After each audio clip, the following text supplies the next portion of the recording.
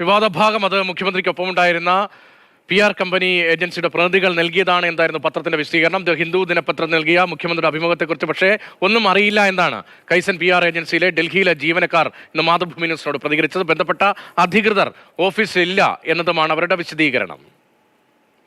Sir वो ऊंची rank पे कोई है ही नहीं तो किसको बुलाया बताइए। अभी तो सुपरवाइजर आया था, उसको पास तो कोई जवाब ही नहीं है, क्या है सर? सर उनका काम वो नहीं है ना, उनका काम है यहाँ सुपरवाइज करना, देखना काम कैसे चलता है, ये काम है उनका दूसरा काम नहीं है।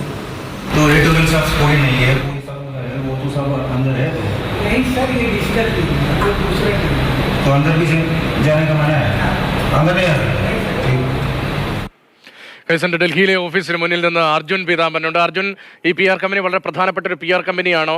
മുഖ്യമന്ത്രിക്കൊപ്പം ഇവരുടെ 2 പ്രതിനിധികൾ ഉണ്ടായിരുന്നു എന്നതാണല്ലോ ദിനപത്രത്തിന്റെ വിശദീകരണത്തിൽ കണ്ടത്. ഇതുമായി ബന്ധപ്പെട്ട് ഒരു പ്രതികരണം അവിടെ നിന്ന് ലഭിച്ചിട്ടില്ല. ഈ കമ്പനിയുടെ പശ്ചാത്തലം, ഒപ്പം ഇവർക്ക് മുഖ്യമന്ത്രിയുമായി എന്തെങ്കിലും ബന്ധമുണ്ട് എന്ന് നേരത്തെ മാധ്യമങ്ങൾക്ക് അറിയാമായിരുന്നോ?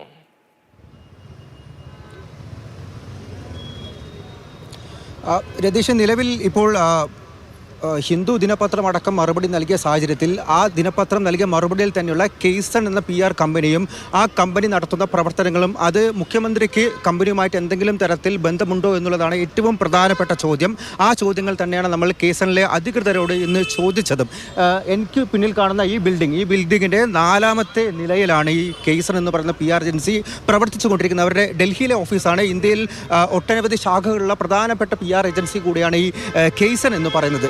ഇവരുമായി നമ്മൾ സംസാരിച്ച സമയത്ത് ബന്ധപ്പെട്ട അധികൃതർ ഇല്ല എന്നുള്ളതാണ് ആദ്യമായിട്ട് നമുക്ക് ലഭിച്ച ഒരു പ്രതികരണം എന്ന് പറയുന്നത്. മാത്രമല്ല, ഈ മുഖ്യമന്ത്രിയുമായി നൽകിയ ആ ഹിന്ദു ദിനപത്രത്തിൽ നൽകിയ അഭിമുഖത്തെക്കുറിച്ച് ആർക്കും ഒന്നും അറിയില്ല. അകത്ത് എഡിറ്റോറിയൽ കാര്യങ്ങളെല്ലാം തന്നെ ചെയ്യുന്ന മറ്റ് ജീവനക്കാരുണ്ടായിരുന്നു, അവരോടടക്കം നമ്മൾ ഈ കാര്യങ്ങൾ ചോദിച്ചു. സൂപ്പർവൈസർ ഉണ്ടായിരുന്നു, അവരോടും ചോദിച്ചു. പക്ഷേ ബന്ധപ്പെട്ട അധികൃതർ ഈ ഡൽഹി ഓഫീസിൽ ഇല്ല എന്നുള്ളൊരു വിശദീകരണമാണ് എല്ലാവരും നമ്മളോട് പറഞ്ഞത്. ആർക്കും ആ അഭിമുഖത്തെ പറ്റിയോ അതിലെ പരാമർശങ്ങളെ പറ്റിയോ അതിപ്പോഴുണ്ടാക്കുന്ന പ്രശ്നങ്ങളെ പറ്റിയോ ഒന്നും തന്നെ ആർക്കും അറിയില്ല എന്നുള്ളതാണ് പ്രധാനപ്പെട്ട പ്രശ്നം എന്ന് പറയുന്നത്.